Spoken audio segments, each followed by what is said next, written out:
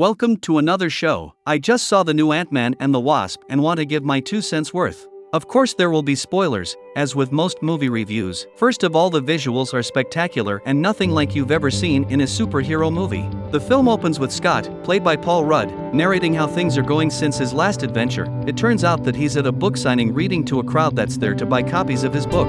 Then we get to see Scott interact with his family. He finds out that his daughter, Cassie, played by Catherine Newton, has spent time in jail for activism. A lot has happened since the blip that he wasn't aware of. Members of the family have been trying to get Janet, played by Michelle Pfeiffer, to open up about her time in the quantum realm, but she remains tight-lipped. Cassie is trying to figure out a way to make contact with the realm, and when Janet finds out, she becomes upset and tries to shut down the machine Cassie is using to make contact. This, of course, results in the family heading to the realm. Once inside, they wind up separated from each other, with Scott, Cassie and Hope, played by Evangeline Lilly, in one area of the realm, while the others are in another area. Kang the Conqueror, played by Jonathan Majors, shows up seeking revenge and a way out of the realm. It seems that Janet had previously thwarted his plans by destroying this film's MacGuffin, a power core which would help him power his ship and escape onto our realm. It turns out Kang was exiled to the Phantom Zone, Negative Zone, Quantum Realm. The always charismatic Paul Rudd delights us once again with his oddball, off-the-wall performance as a man that can't believe that he hobnobs with the likes of Captain America and Spider-Man. Most of the cast is back, and, as usual in fine form, Michael Douglas returns as Hank Pym, and his chemistry with Rudd shines.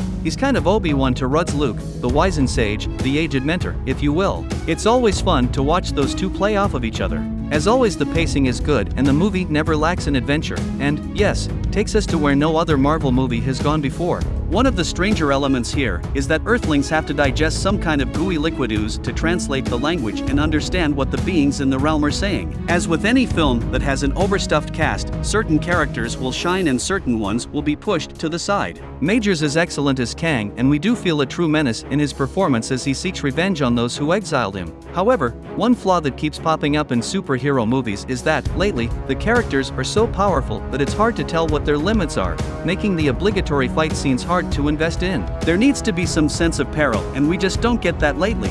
We did feel it in Black Panther because the characters have no actual superpowers, it's all in the costume. We need more grounded characters whose limits we understand. Overall, I had fun, which is what I set out to do with a Marvel movie. I find it curious that the majority of critics didn't like this one. I understood why they didn't like Eternals. It was poorly made with uninteresting characters, fair to bad acting, and poor pacing. It tried too hard to be the thinking man's superhero movie and fell flat on its face. But this film is meant to be a light-hearted romp, and it succeeds. I give it 4 out of 5 stars.